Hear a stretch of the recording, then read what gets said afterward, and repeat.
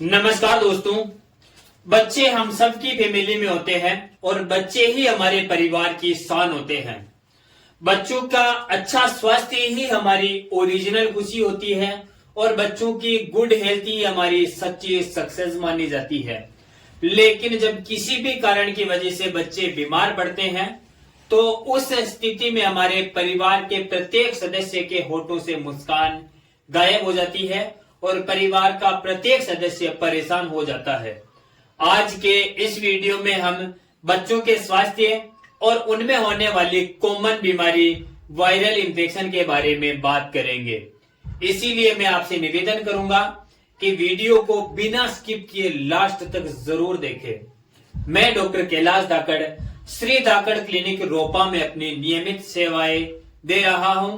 यदि आपके परिवार का कोई भी सदस्य किसी भी कारण की वजह से बीमार पड़ता है तो आप हमसे निःशुल्क परामर्श लेकर उसका उचित इलाज करवा सकते हैं। न्यूज़पेपर, आर्टिकल और मेडिकल रिकॉर्ड की यदि बात करें तो प्रति वर्ष वायरल इन्फेक्शन की वजह से हमारे देश के अंदर हजारों बच्चों की डेथ हो जाती है। दोस्तों, वायरल इन्फेक्शन एक खास तरह के वायरसों के संक्रमण की वजह से होता है जो हमारे आसपास में वातावरण के अंदर लाखों की तादाद में मौजूद रहते हैं, जो प्रत्येक बदलते हुए मौसम परिवर्तन के समय पनपते हैं और जिनकी इम्यूनिटी कमजोर होती है, जिनकी रोग प्रतिरोधक क्षमता वीक होती है, उनको अपना टारगेट करते हैं, उनको रोगी बना देते हैं। दोस्तों, वायरल इन्फेक्शन इन दिनों काफी तेज मात्रा में फैल रहा है, जिसकी वजह से बच्चे, बुजुर्ग और सभी एज ग्रुप के युवा युवती परेशान हो रहे हैं, बीमार हो रहे हैं। इसके सामान्य लक्षणों में हेडेक, फीवर, सर्दी, जुकाम, खांसी हो सकती है और यदि इन्फेक्शन का संक्रमण ज्यादा है तो उस स्थिति में बच्चे को सांस लेने में दिक्कत आ सकती है। साथियों, कई सारे बच्चों के अंदर वायरल इन्फेक्शन की वजह से उल्टी और लूज मोशन की शिकायत भी देखी जा रही है। दोस्तों, मॉडर्न मेडिकल साइंस के अंदर वायरल इन्फेक्शन का सिम्प्टोमेटिक ट्रीटमेंट किया जाता है। लक्षणों के अकॉर्डिंग उसका इलाज किया जाता है। कॉमन लक्षणों के अलावा कुछ लक्षण ऐसे भी दिखाई देते हैं वायरल इन्फेक्शन के अंदर जिससे बच्चे को इमीडिएटली हॉस्पिटल में एडमिट करवाना पड़ सकता है।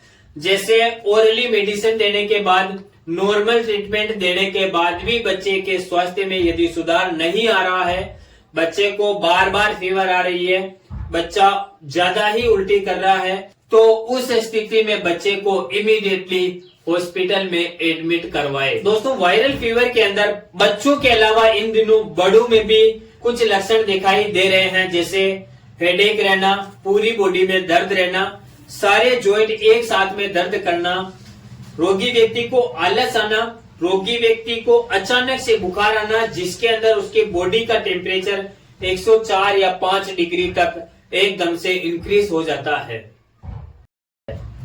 वायरल इन्फेक्शन के संक्रमण काल की यदि बात करें तो मेडिकल साइंस ये कहती है कि वायरल इन्फेक्शन का संक्रमण काल 7 से लेकर 10 दिन तक रह सकता है।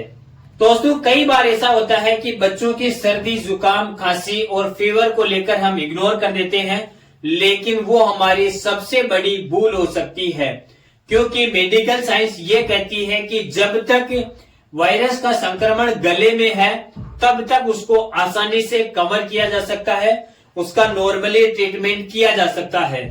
लेकिन जैसे ही वायरस का संक्रमण गले से नीचे उतरकर फेफड़ों में या फिर बॉडी के अन्य ऑर्गन जैसे हार्ट, किडनी, लीवर, स्टोमक और आंतों में यदि पहुंच जाता है तो उस स्थिति में बच्चे की स्थिति क्रिटिकल हो जाती है और वायरसों में इतनी ताकत होती है कि वो हमारी बॉडी के सभी ऑर्गनों को एक साथ में डैमेज कर सकता है।